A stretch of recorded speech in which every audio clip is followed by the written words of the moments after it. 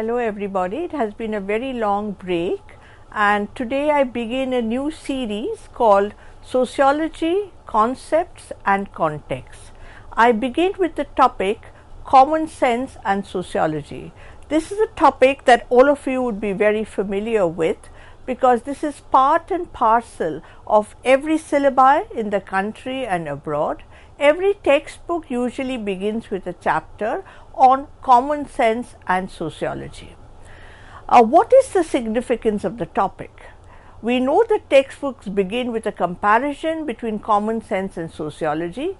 However, we often do not fully grasp why we are doing this topic, what is the significance of the break between sociology and common sense, and why we should pay so much attention to it. Why, in another word, is this central to the understanding of sociology as a systematic study of society, systematic in the sense of borrowing from certain protocols and procedures of sociology. My attempt today is to explore this break and look at its implication. Sociology and social anthropology, because there is a very close relationship between the two in our country, and cultural anthropology, has a very peculiar relationship to common sense. Because in one sense, sociology, social anthropology, cultural anthropology does study common sense. What do I mean by this? We mean the studying of commonly held beliefs, ideas, opinions, practices that people have. Yet, common sense is a term which may seem very ordinary, may seem very simple, but anthropologically or sociologically speaking, it is seriously misnamed. Why is it misnamed? Because it is neither common to all cultures, nor is it any version of it particularly sensible from the perspective of anyone outside its particular cultural context. What do we mean by this, that it is not common to all cultures? What may seem very commonsensical, like in our country that you drive the car on the left or you walk on the left, may seem very commonsensical, but if you go to another country where it's commonsensical to follow it on the right, it may seem very strange. It may be common sense that women in a particular country are not allowed to participate equally in the public sphere, but it may seem very uncommon in another culture. So, what is common sense in any one culture is not common to all cultures. So, in a sense, it is misnamed. Secondly, it seems to be that it's a very sensible. Common sense is about sensibilities or being sensible. But very often you may have common sense ideas or common sense practices which are not sensible at all. It is in fact partial, discriminatory, stereotypical. Now, it is this exploration of this concept of common sense that we shall concentrate in today and link it up, that how is it different from sociology and how is it common. It is common because it is the subject of inquiry or the object of inquiry of sociology, but it is not the same, and this is what we are going to discuss today. Sociology and common sense, unlike popular belief, do not refer to the same thing. Very often people who are not familiar with the social sciences or with sociology will tell you that what do you study, what is there to study. You study family, you study religion, you study kinship, you study gender, you study marriage. What is there so specific or technical about it? Everybody knows about it, it's common sense. But many people, though they believe that it is just common sense, they are unaware, they are uninformed because they are not completely familiar. That's one reason. The other reason is that very often, unfortunately, in the practice of sociology, not just in our country but globally, that very often we reproduce or practice sociology in a commonsensical term. The same ideas that we hold in our private lives in a commonsensical fashion, we may talk about it in the same way sociologically. So, we may have prejudices about gender or prejudices about a community or racial prejudices or religious prejudices or caste prejudices in our commonsensical private world, and we then articulate it also in sociology. This is a challenge. And why is it a challenge? Because this misconception that sociology is equal to common sense needs interrogation. In this particular presentation, I am going to discuss how sociology and common sense are different from each other and yet a little similar, and why should we reflect on this. What is common sense? Before I proceed any further, let us discuss what do we mean by common sense. Common sense is a term that refers to all those heterogeneous, that is, those diverse beliefs people arrive at, not through critical reflection, not through great thinking and debating and discussing and researching, but encounters already existing, self-evident truths, popular opinion. So, when you are born, for example, we may have very many commonsensical ideas about health. So, people would say that don't have cold food, you will catch a cold. But whereas maybe medical and scientific opinion may feel there is nothing like catching a cold because you had something cold to eat, So, the common sense knowledge or common sense beliefs or common sense ideas, we do not arrive or we do not reach it through any critical reflection, but we encounter is as already self-evident truths. These are popular opinions which are widely shared. I want to introduce another concept here, habitus. In one of the earlier lectures, we had discussed Bourdieu, and you remember the concept that Bourdieu had about habitus. They are deriving or related to the word habit, that you get used to doing a particular thing in a particular fashion. It becomes, in a certain sense, the context within which you function. One of the fundamental effects of the orchestration of habitus is the production of common sense world with the objectively secured by consensus on the meaning of the practice in the world. What do we mean? It seems a little complicated, the Bourdieu's definition, but it means very little. It means that there are certain standard ways by which we live in society and act in society, eat in society, sleep in society, talk in society. And this acquires a certain objectivity. It exists, like Durkheim would say, as an external, general, coercive social fact.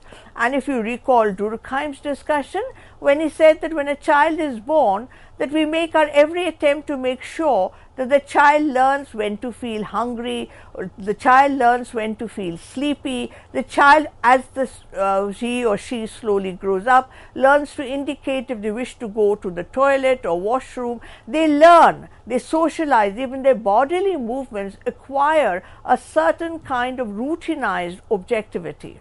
And this world that we create, actually subjectively through our actions, acquires the kind of entity of an objective entity which exists. This habitus and all the beliefs that we accrue in this objective world would be what we call common sense. Because common sense is very important. Common sense doesn't mean it's nonsense. Common sense, though it's not sociological knowledge, is very important for us to navigate or live in the world. Common sense world consists of two dimensions, one explicit and one implicit. Now, very quickly we'll discuss what we mean by the implicit dimension of common sense and then move to what we mean by the explicit dimension of common sense. The implicit involves the simplicity and transparency, the feeling of obviousness and necessity of which this world imposes. That usually common sense is not complicated. You don't use big words.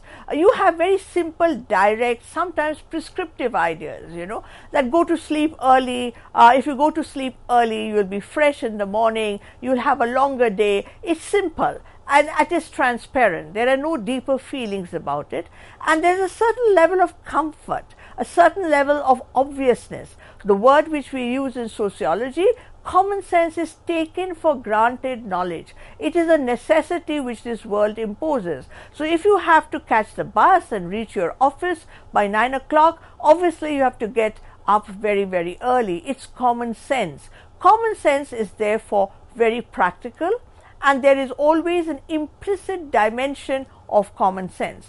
But there is also an explicit dimension of common sense. The explicit dimension is that it is articulated or expressed as consensus. Consensus means that apparently everybody agrees to it in the public act of naming the world, legitimate naming as the official imposition of the legitimate vision of the social world, which has on its side all the strength of the collective. What do we mean by this? First, we said it is implicit, that is, it has a certain transparent, prescriptive nature to it. It seems very obvious in our everyday life.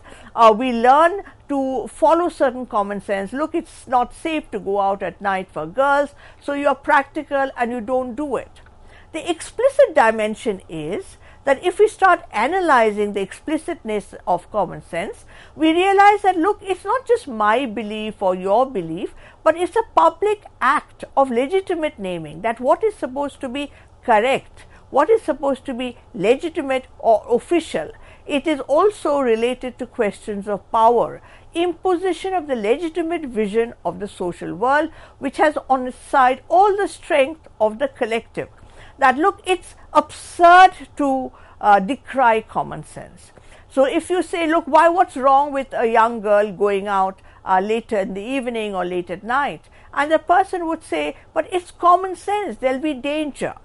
Why do they say it? It is practical, it makes sense, but what is not visible or not articulated in it is the fact that you are not raising the question of why is it dangerous outside, and does the onus of safety rest upon the individual woman or the individual child or the individual boy, or does it rest on the idea of safe public spaces, ideas, commonsensical ideas that, look, men will be men, they are going to harass, it is not safe. So common sense is practical. Common sense gives us certain navigating skills in society, but common sense is never questioning. Common sense is the official version of what you should do and what the world ought to be like. But common sense is never interrogated. It's very important. Sociology, deriving from a scientific tradition, is always interrogating. It will ask why. Whereas in common sense, you never ask why. You just do it, arguing that this is the most practical way of doing it. So I mentioned Durkheim, I mentioned Bourdieu, now I'm mentioning Marx. In my presentation of the common sense, what I'm therefore trying to show to you is not only is it significant, but all sociological theorists have had to engage with common sense, because there is no way that we will be able to understand society without engaging with the concepts through which we understand society. So the manner in which Marx enters it, and Bourdieu derives a lot from where Marx begins from, that the ideas of the ruling class are the ruling ideas in a society. So common sense is not the common to all people, and common sense as the most legitimate ruling ideas belong to a society depending upon its historical specificity and who dominate that society. I'll give you a very simple example.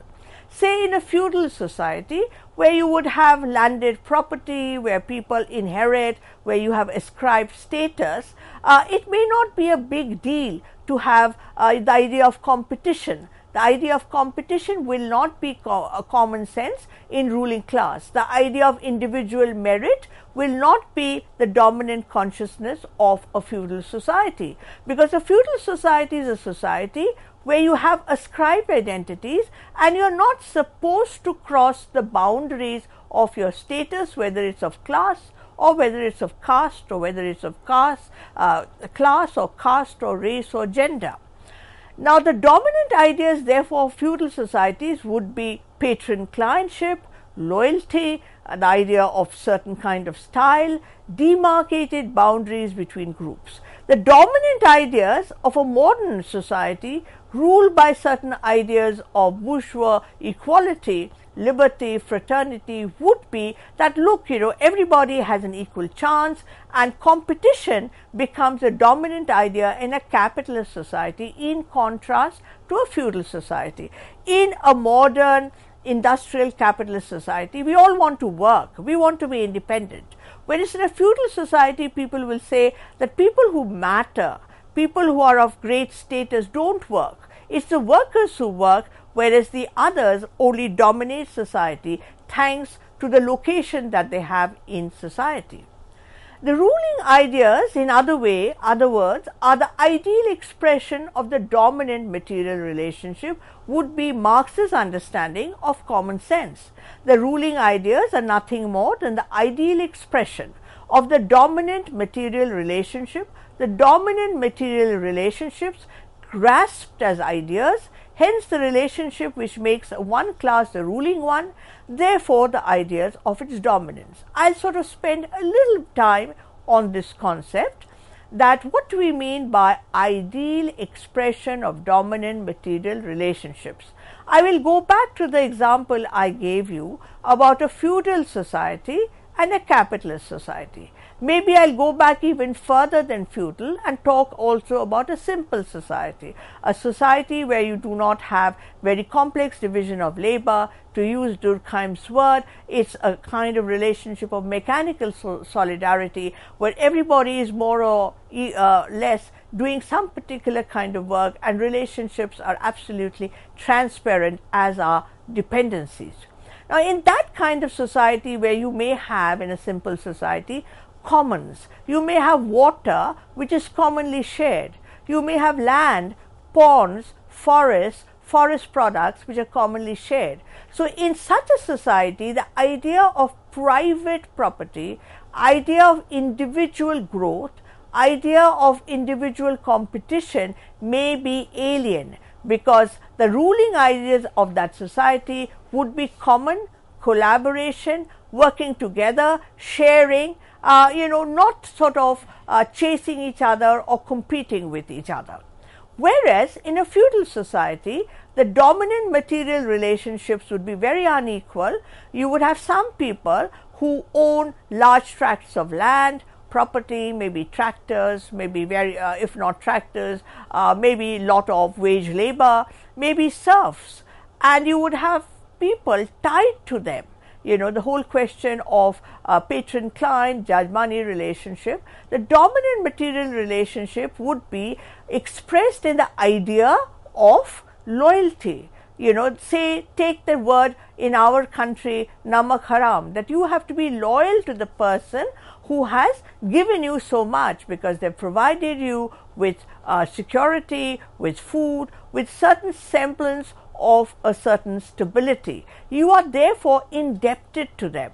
You are by birth indebted to them. So, the ideas correspond in a certain sense to the dominant material relationship. But when you come to a modern industrial capitalist society, the world changes very dramatically. The world becomes a society where you shift from ascribed to achieved, where things are not so any longer solid, greater mobility, great migration, capital moving from one part to the other, new social relations coming about, you're searching for the same job, you're competing for the same job, and you have to sort of really struggle and make sure you do better than the other. Very different from the dominant ideas of a simple society where it was the idea was collaboration, idea was companionship, the idea was sharing. Here it is competitiveness, the idea of dog eat dog, that look, if you don't do well, somebody else will do better. If you don't go for this job right now, somebody else may get this job. if you don't crack this exam, somebody else may crack this exam. So you are in a very different materially organized society. Therefore, the ideas here also change, and you have another new ideas of dominance cropping up as compared. Now, I have sort of very briefly explained to you that common sense is the dominant ideas of society, and they are indispensable. They are indispensable part of us. And I sort of very quickly refer to Durkheim's rules of sociological method. Many of you would be familiar with this paragraph. I find this paragraph amazingly cited, and something which tells us why do we have common sense. And the answer is very simple, that we are human beings, conscious human beings, and therefore human beings don't only produce their social relations of production, their material forms of production. They don't only reproduce, but they also conceptualize. They also have ideas. They also think.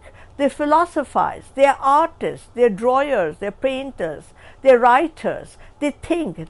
So men and do not wait on the coming of social science to have ideas about law, morality, family, state, or society itself.